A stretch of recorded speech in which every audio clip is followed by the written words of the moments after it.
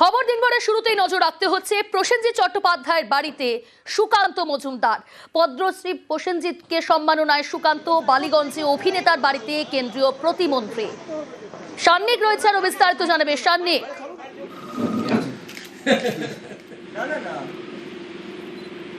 বালিগঞ্জে অভিনেতার বাড়িতে কেন্দ্রীয় প্রতিমন্ত্রী প্রসেনজিৎ চট্টোপাধ্যায়ের বাড়িতে সুকান্ত মজুমদার।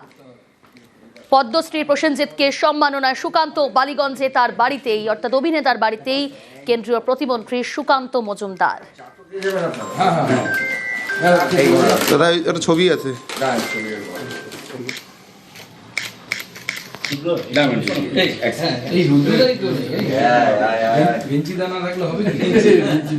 প্রসেনজিতের বাড়িতে সুকান্ত মজুমদার, বালিগঞ্জে অভিনেতার বাড়িতে কেন্দ্রীয় প্রতিমন্ত্রী। আরো ডিটেল জানাবে সান্নিক রয়েছে আমার সঙ্গে। সান্নিক, এখন দুপুর 12:15 নাগাদ প্রসেনজিৎ চট্টোপাধ্যায়ের বাড়িতে সুকান্ত মজুমদার কেন্দ্রীয় মন্ত্রী এবং বিজেপি নেতা তিনি প্রবেশ করেন। যে ছবি আমরা দেখতে পাই এখানে, যে এর আগেও রাজনৈতিকভাবে বিভিন্ন দলের তরফে বিভিন্ন জনপ্রিয় নেতা বা অভিনেতাদের বাড়িতে এরকম সৌজন্য সাক্ষাতের ছবি দেখা যেত, কিন্তু পদ্মশ্রী পাওয়ার পরে আজকে বিজেপি নেতার তরফে এই যে সৌজন্য সাক্ষাতের ছবি, তা কিন্তু আলাদাভাবে অবশ্যই নজর কাড়বে। কিছুদিন আগে আমাদের প্রত্যেকের মনে থাকবে অভিষেক বন্দ্যোপাধ্যায় তিনি নিজে গিয়েছিলেন বর্ষিয়ান অভিনেতা রঞ্জিত মল্লিকের বাড়িতে। তার ঠিক কয়েকদিন পরেই আমরা যে ছবি দেখতে পেলাম বিজেপি নেতৃত্বের তরফে একেবারে সম্বর্ধনা দেওয়ার জন্য প্রসেনজিৎ চট্টোপাধ্যায়, যিনি টলিউড ফিল্ম ইন্ডাস্ট্রির অন্যতম জনপ্রিয় অভিনেতা, তার বাড়িতে এই সৌজন্য সাক্ষাতে তিনি এলেন। সুকান্ত মজুমদার তিনি কেন্দ্রীয় মন্ত্রীও একাধারে এবং পদ্মশ্রী পাওয়ার পরে বিজেপির তরফ থেকে একেবারে সম্বর্ধনা দেওয়ার জন্য প্রসেনজিৎ চট্টোপাধ্যায়ের দক্ষিণ কলকাতার যে বাসভবন, সেই বাসভবনে তিনি এলেন। দুপুর 12:15 তিনি প্রবেশ করেছেন। ভেতরে তাদের মধ্যে আলাপ আলোচনা, বিভিন্ন অন্যান্য সৌজন্য সাক্ষাতের পাশাপাশি গল্প চলছে, তেমনটাই কিন্তু আপাতত খবর। তবে বেরিয়ে এসে কেউ তাদের দুজনের কেউ প্রতিক্রিয়া দেন কিনা সেই দিকেই অবশ্যই আমাদের নজর থাকবে। প্রিয়াঙ্কা, একেবারে বেশ। বাদুড়িয়ার দিকে নজর রাখি। বাদুড়িয়ায় ব্লক অফিসে তুমুল উত্তেজনা, ছবি দেখাবো আপনাদের। বাদুড়িয়ায় ব্লক অফিসে তুমুল উত্তেজনা পরিস্থিতি, একেবারে বিডিও অফিসে নির্বাচনী আধিকারিকদের হেনস্থা।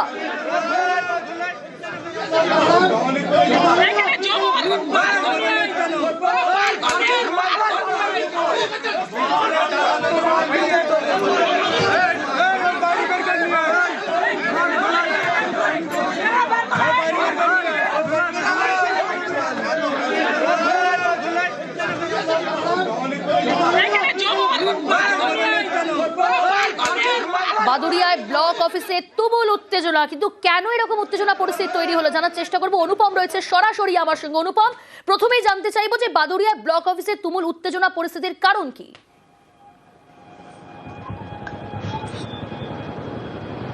দেখো প্রিয়াঙ্কা, তোমাকে প্রথমেই বলে রাখি, এই যে বাদুড়িয়ার 45 নম্বর বুথ, এই 45 নম্বর বুথের দীপক মন্ডল বলে এক বিজেপি নেতা, তিনি 7 নম্বর ফর্ম ফিল আপ করে ইলেকশন কমিশনের কাছে জমা দিয়েছিল, যার ভেতরে 33 জনকে দেখানো হয়েছিল মৃত এবং 12 জনকে দেখানো হয়েছিল যাদের 2 জায়গায় নাম রয়েছে। এবং এই 45 জন এবং এই 45 জন যে এরা যে 33 জনকে মৃত দেখানো হয়েছে তারা 33 জনই জীবিত, এবং যে 12 জনকে 2 জায়গায় ভোটার লিস্টে নাম রয়েছে দেখানো হয়েছে তাদের এক জায়গাতেই এই বাদুড়িয়াতে ভোটার লিস্টে নাম রয়েছে। এবং এই 45 জনেরকে যখন এই 7 নম্বর ফর্ম ফিল আপ করে জমা দেওয়া হয়, তারপরে এই 45 জনের পরিবার 45 জন এবং গ্রামবাসীরা রীতিমতো ক্ষোভে ফেটে পড়ে। তারা বিডিও অফিসে চলে আসে, বাদুড়িয়া বিডিও অফিসে চলে আসে, এসে তারা বিক্ষোভ দেখাতে শুরু করে এবং তারপরে পরবর্তীতে ইলেকশন কমিশনের যেসব আধিকারিকরা রয়েছে তাদের সঙ্গে দেখা করতে তারা বিডিও অফিসের ভেতরে যায় এবং তারপরে এক কথায় দু কথায় বাদানুবাদ শুরু হয়ে যায় এবং উত্তেজনার পরিস্থিতি তৈরি হয়ে যায় বিডিও অফিসের মধ্যে।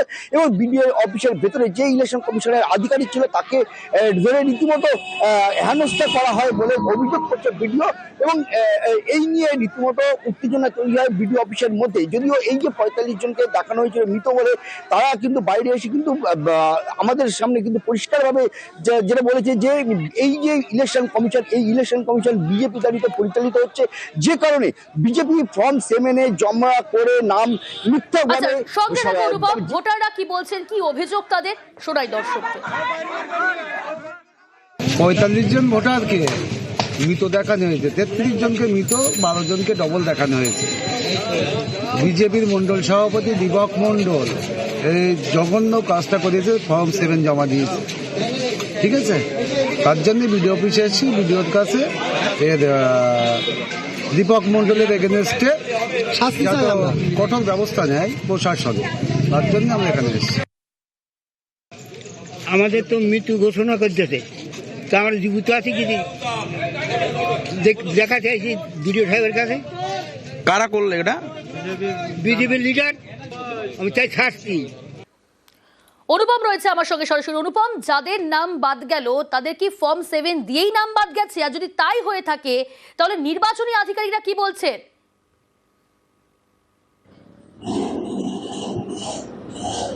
দেখো, তোমাকে বলে রাখি, এখনো বাদ গেছে কিনা তার সেটা কিন্তু এই যাদের নামে ফর্ম 7 জমা দিয়ে আছে তারা কিন্তু এখনো জানে না, কিন্তু তাদের নামে ফর্ম 7-এ মৃত বলে দেখিয়ে তাদের নাম জমা দেওয়া হয়েছে এবং ইলেকশন আধিকারিকরা যারা সেই সময় কর্তব্যরত ছিল তারা সেই ফর্ম জমাও নিয়েছে।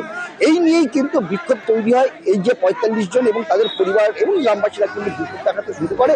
যদিও এই বিষয়ে যখন আমরা ভিডিওকে জিজ্ঞাসা করেছিলাম, ভিডিও কিন্তু পরিষ্কার জানিয়েছে যে এই যে ফর্ম 7 যে ব্যক্তি দীপক মণ্ডল যদি মিথ্যাভাবে এটা যদি ইচ্ছাকৃতভাবে যদি করে থাকে, ফর্ম 7 যদি জমা দিয়ে থাকে, তাহলে এই দীপক মণ্ডলের বিরুদ্ধে ইলেকশন কমিশনের তরফ থেকে পদক্ষেপ নেবেন, আইনানুগ ব্যবস্থা নেবেন। আবার অন্যদিকে তিনি এই যে ডিপি অফিসের মধ্যে ইলেকশন কমিশনের যে আধিকারিক তাকে ঘিরে যে ক্ষোভ বিক্ষোভ, ইলেকশন আইন অমান্য করেছে যে বিক্ষোভকারীরা, তাদের বিরুদ্ধে আইনানুগ ব্যবস্থা নেবে বলে জানিয়েছেন বাদুড়ার ভিডিও। বেশ, ভিডিও কি জানাচ্ছেন শুনুন। একটা মব এসেছিল, একটু সমস্যা হয়েছিল, ওটা আমরা দেখছি কি প্রয়োজনীয় স্টেপ যা যা লাগবে আমরা নেব। কিন্তু এই যে নির্বাচনের কাজে যুক্ত থাকা একজন আধিকারিকের প্রতি এইভাবে ধাক্কাধাক্কি করা, তার সাথে তর্কাতর্কি করা, তার উত্তেজনার পরিবেশ, এটা আপনি কি আপনার উচ্চপদস্থ আধিকারিকদের জানাবেন? নিশ্চয়ই জানাবো। এই ফর্ম 7 জমা করেছেন, তিনি যদি প্রমাণ না করতে পারেন তার বিরুদ্ধে ব্যবস্থা নেবেন? নিশ্চয়ই যা যা আইন কানুন মেনে করা যায় আমরা নিশ্চয়ই দেখব। আরো 5 লক্ষ নাম বাদ। এসআইআর শুনানিতে অনুপস্থিত প্রায় 5 লক্ষ ভোটার। নোটিশ দিলেও শুনানিতে গড় হাজির 5 লক্ষ ভোটার। লজিক্যাল ডিসক্রিপেন্সি আনম্যাপড মিলিয়ে 5 লক্ষ, সেক্ষেত্রে 5 লক্ষ নাম বাদ যাচ্ছে বলেই মনে করছে কমিশন। সংখ্যাটা বাড়তে পারে বলেই মত কমিশনের।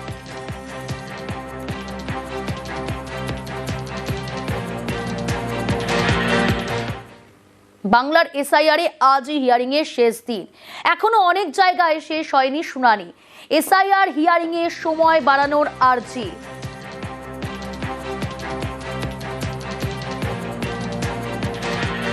বাংলার এসআইআর এর আজই হিয়ারিং এর শেষ দিন। এখনো অনেক জায়গায় শেষ হয়নি শুনানি। এসআইআর হিয়ারিং এর সময় বাড়ানোর আর্জি। আমার সঙ্গে সোমরাজ রয়েছে সরাসরি। সোমরাজ, সেক্ষেত্রে এসআইআর শুনানির কি সময় বাড়বে?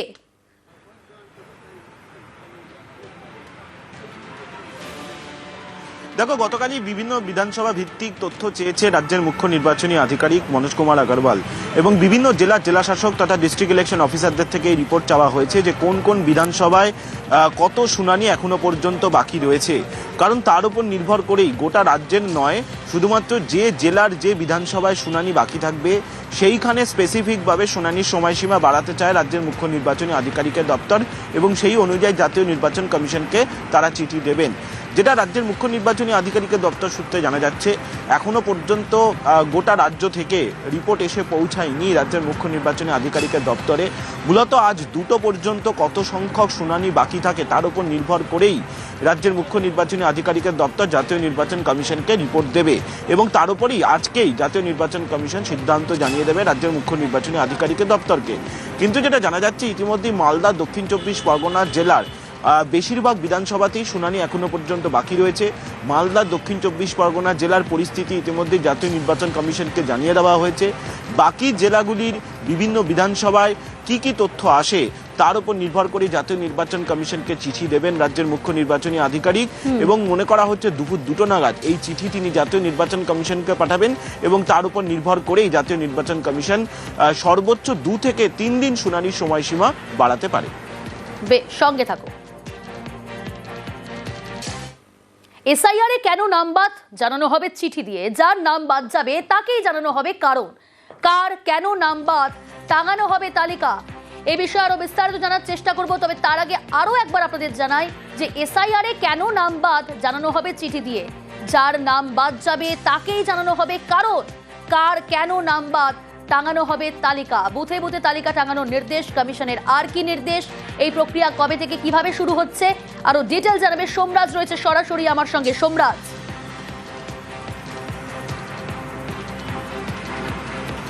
দেখো, চূড়ান্ত ভোটার তালিকা যেদিন প্রকাশ করে দেওয়া হবে তারপর থেকেই জাতীয় নির্বাচন কমিশনের তরফে এই চিঠি দেওয়া হবে যাদের চূড়ান্ত ভোটার তালিকায় নাম থাকবে না, অর্থাৎ যাদের নাম বাদ যাবে তাদেরকে চিঠি দিয়ে জানিয়ে দেওয়া হবে কি কারণে তাদের নাম বাদ পড়ছে। সেক্ষেত্রে তারা শুনানি চলাকালীন সময়ে অনুপস্থিত ছিলেন নাকি তাদের যে ডকুমেন্টগুলি তারা দিয়েছিলেন সেই ডকুমেন্টগুলি বৈধ নয়, এই সংক্রান্ত তথ্য চিঠি দিয়ে সংশ্লিষ্ট ব্যক্তিকে জানিয়ে দেবে নির্বাচন কমিশন, তেমনটাই সিদ্ধান্ত নেওয়া হয়েছে।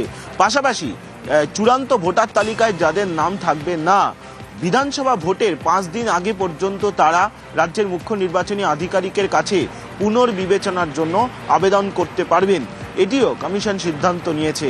আর তৃতীয়ত, যাদের নাম বাদ পড়ছে এক্ষেত্রে তারা যেমন মুখ্য নির্বাচনী আধিকারিকের দপ্তরে বা মুখ্য নির্বাচনী আধিকারিকের কাছে আবেদন জানাতে পারবেন, তেমনি সংশ্লিষ্ট জেলা শাসকের কাছেও আবেদন জানাতে পারবেন, এমনটাই সিদ্ধান্ত নির্বাচন কমিশন নিয়েছে। বেশ। অগ্নিমিত্রা পলের বক্তব্য নিয়ে আজকে নিন্দা প্রস্তাব এনেছেন শোভনদেব চট্টোপাধ্যায়। শোভনদেব চট্টোপাধ্যায় কাজ নেই তাই করছে, মুসলিম তোষণ করার চেষ্টা করছে। উনি কি খারাপ বলেছেন? মাদ্রাসাতে কি বেরোয় না? কতগুলো প্রমাণ লাগবে? মাদ্রাসাতে থেকে যে উগ্রপন্থী বেরিয়েছে তার কতগুলো প্রমাণ লাগবে, আমরা দিয়ে দেবো। পাকিস্তানে বেরিয়েছে, বাংলাদেশে বেরিয়েছে, ভারতবর্ষে 2-4টে বেরিয়েছে, তো নতুন কি? তো ইউনিভার্সালি প্রুফ। বিএলওদের কাছে নয়া দায়িত্ব দেওয়া হয়েছে যে তারা এবার বিএলওদের কাছে নয়া দায়িত্ব, তাদেরকে ভোটার স্লিপ বিলি করতে হবে। কি ভাবছেন, কিভাবে দেখবেন? এর আগেও তো রাজ্য সরকারি কর্মচারীরাই ভোটার স্লিপ বিলি করতো নির্বাচন কমিশনের হয়ে, নতুন কিছু নয়। বিভিন্ন সময় দেখা গেছে বামেরা তারা ভোট কেটে তৃণমূলকে কোথাও সাহায্য করেছে, অভিযোগ আপনাদেরই। তাদের জোট নিয়ে এত সমস্যা, এই হুমায়ুন, এই নওশাদ, এই হচ্ছে না, এই ব্যাপারটা আপনারা কিভাবে দেখছেন? আর এবার মিমের সঙ্গেও তারা হাত বাঁধতে চলেছে। দেখুন, কার হাত ধরবে আমাদের জানা নেই। বামফ্রন্টের অবস্থা হচ্ছে এখন হয়ে গেছে সেই ছেলে বা মেয়ের মতো যার 3 মাসের বেশি বয়ফ্রেন্ড বা গার্লফ্রেন্ড থেকে না, কখনো একে চুমু খাচ্ছে, কখনো ওকে চুমু খাচ্ছে। করতে দিন, কি আছে, যাকে চুমু খাবে খাক, আমাদের কোনো অসুবিধা নেই।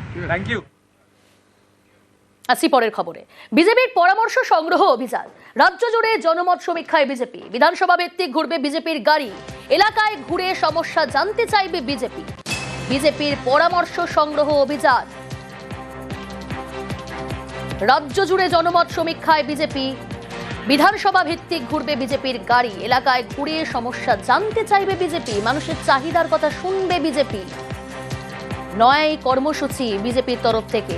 আগামী বিধানসভা নির্বাচনকে মাথায় রেখে বিজেপির নয়া কর্মসূচি, রাজ্য জুড়ে জনমত সমীক্ষায় বিজেপি। কি এই কর্মসূচি, কবে থেকে শুরু হচ্ছে, এই বিষয়ে বিস্তারিত জানাবে। তবে তার আগে যে খবর আপনাদের সামনে তুলে ধরেছি, বিজেপির পরামর্শ সংগ্রহ অভিযান, রাজ্য জুড়ে জনমত সমীক্ষায় বিজেপি। বিধানসভা ভিত্তিক ঘুরবে বিজেপির গাড়ি, এলাকায় ঘুরে সমস্যা জানতে চাইবে বিজেপি, মানুষের চাহিদার কথা শুনবে। সমীক্ষার ভিত্তিতেই বিজেপির সংকল্পপত্র।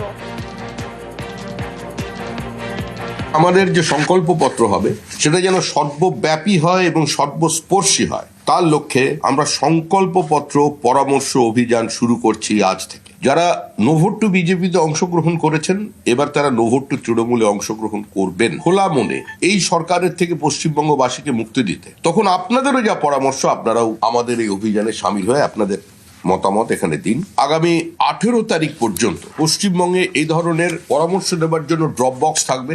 1000টি জায়গায় এই ড্রপ বক্স থাকবে। আমাদের এখানে একটা নাম্বার রাখা হয়েছে, টোল ফ্রি নাম্বার। এছাড়া মেল আইডি থাকছে, কিউআর কোড থাকছে, এবং সরাসরি কেউ যদি দলীয় দপ্তরে এই ধরনের প্রক্রিয়ার মধ্যে না গিয়ে চিঠি লিখে জানিয়ে দিতে পারেন আপনাদের, সেটাও সেখানে জানানো হবে। মুর্শিদাবাদ বিশ্ববিদ্যালয়ের নাম বদল, বিশ্ববিদ্যালয়ের আগে রাজা কৃষ্ণনাথের নাম। অধিবেশনের শেষ দিনে সংশোধনী বিল পেশ, মুর্শিদাবাদ বিশ্ববিদ্যালয়ের সংশোধনী বিল পেশ। মহারাজা কৃষ্ণনাথ বিশ্ববিদ্যালয় নামের প্রস্তাব, এ বিষয়ে ডিটেল জানাবে আবির রয়েছে আমার সঙ্গে টেলিফোন লাইনে। আবির, দেখো, এই নামের সঙ্গে একটা আবেগ জড়িত রয়েছে এবং সেই আবেগের প্রসঙ্গের কথা গত কতগুলি অধিবেশনেও বারবার ধরে উঠে এসছে।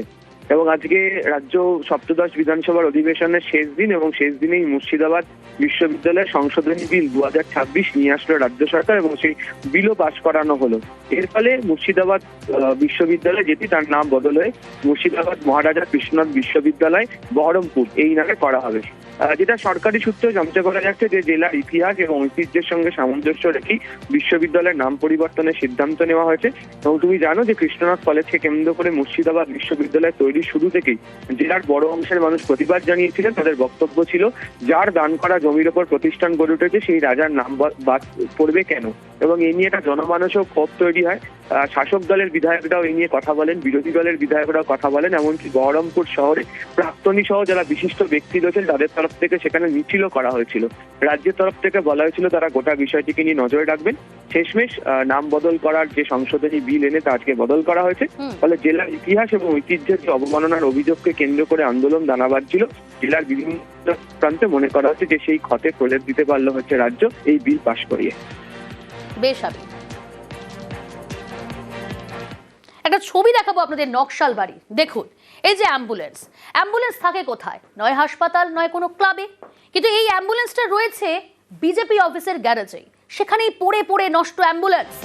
সাংসদ তহবিলের বরাদ্দে কেনা অ্যাম্বুলেন্স নষ্ট। প্রাক্তন পদ্ম সাংসদের উদ্যোগে কেনা হয় অ্যাম্বুলেন্স। নকশাল বাড়িতে 2014-এ কেনা হয় অ্যাম্বুলেন্স, কিন্তু কেন এইভাবে পড়ে পড়ে নষ্ট হচ্ছে বিজেপির অফিসের গ্যারেজে? স্থানীয়রা ক্ষোভ উগরে দিচ্ছেন। आगे वक्तव्य सुनाबो। एम्बुलेंस पार्टी ऑफिस में खड़ा रहने से तो नहीं होगा। गरीब दुखी के लिए एक तो एम्बुलेंस है। बीजेपी का पार्टी ऑफिस में रहने से हम लोग को तो कुछ नहीं होगा ना, तो वो रहने से हम लोग को बहुत सुविधा होगा। ये एम्बुलेंस अभी बाहर निकले। বিশ্বজিৎ রয়েছে আমার সঙ্গে। বিশ্বজিৎ, খুব স্বাভাবিকভাবে যে ক্ষোভ উগরে দিচ্ছেন স্থানীয় বাসিন্দারা, সরকারি টাকায় এই অ্যাম্বুলেন্স কেনা এবং তার দিনের পর দিন বিজেপি অফিসের গ্যারেজেই পড়ে রয়েছে এবং নষ্ট হচ্ছে, কেন? দেখো, 1-2 দিন নয়, প্রায় 3 মাস ধরে বিজেপির এই কার্যালয়ে কিন্তু কার্যত পড়ে পড়ে নষ্ট হচ্ছে এই সাংসদের দেওয়া অ্যাম্বুলেন্স। নকশালবাড়ি সহ বিভিন্ন চা বাগান এলাকার বাসিন্দারা অনেক সময় কিন্তু অ্যাম্বুলেন্সের অভাবে বিভিন্ন সময় দেখা যায় রোগী মৃত্যুর ঘটনা ঘটে, এবং যার জেরে কিন্তু দেখা যাচ্ছে যে বিভিন্ন চা বাগান এলাকায় এখনো অ্যাম্বুলেন্সের সংকট রয়েছে। আর অ্যাম্বুলেন্স, সচল অ্যাম্বুলেন্স, সেই অ্যাম্বুলেন্সে কার্যত ফেলে রাখা হয়েছে কোথায়? তা আবার বিজেপির কার্যালয়ে, যা নিয়ে কার্যত রাজনৈতিক ঝড় উঠছে এই নকশালবাড়িতে। কেন এভাবে সংসদের তহবিলের টাকার এভাবে পড়ে রয়েছে? যদিও বিজেপির দাবি যে এই যে সাংসদের দেওয়া অ্যাম্বুলেন্স তা কার্যত লোকসানে চলছে। মূলত 2014 সালে এক সংস্থাকে দেওয়া হয়েছিল এই অ্যাম্বুলেন্স। বেশ কিছুদিন তা কিন্তু সচল ছিল। পরবর্তীকালে প্রায় 3 মাসের উপর ধরে কিন্তু এটি বিজেপি কার্যালয়ে পড়ে রয়েছে। বিজেপির এই স্বীকারোক্তির কার্য কিন্তু পাল্টা ক্ষোভ তুলে ধরছে তৃণমূল এবং সিপিএম। বিজেপি সাংসদরা শুধুমাত্র নামের জন্য উন্নয়ন করে, আসলে তারা কিন্তু তাদের যে কার্যালয় সেখানেই কিন্তু সেই উন্নয়ন ফেলে রাখছে। তাহলে মানুষ সুবিধাটা পাচ্ছে কোথায়? তবে স্থানীয় বাসিন্দাদের দাবি, যেভাবে সাংসদ তহবিলের টাকা মানুষের খাতের জন্য ব্যবহার করা হয়, তাই এই অ্যাম্বুলেন্সকে আগামী দিনে যাতে বিভিন্ন জায়গায় রোগীর পরিষেবায় যাতে ব্যবহার করা হয় সে ব্যাপারে দাবি তোলা হয়েছে। সেই ব্যবস্থা করতে একেবারে রোগী বঞ্চনার অভিযোগে সরব রাজ্য সরকার প্রচুর অ্যাম্বুলেন্স দিয়েছে, তারপরেও যদি অ্যাম্বুলেন্স আসে এটা তো সাধারণ মানুষের জন্য ইউজ হওয়া উচিত। এটা পার্টি অফিসে পড়ে পড়ে নষ্ট হওয়ার জন্য নয়। ওরা তো কাজ করেনি, এটা শুনলাম, তাও একটা অ্যাম্বুলেন্স দিয়েছিল, তাও ইউজলেস। আর এরা যে ভাওতাবাজ সেটার আবার এখানে আবার এরা প্রমাণ দিল। এরা মানুষের জন্য কাজ করতে চায় না, মানুষের টাকা ওদের পার্টি অফিসে রেখেছে। কেন রেখেছে তাও যায়। যে গাড়িটি আমাদের পার্টি অফিসে আছে বলছেন আপনি, সেটি কিন্তু আমরা অনেকবার চেষ্টা করছি।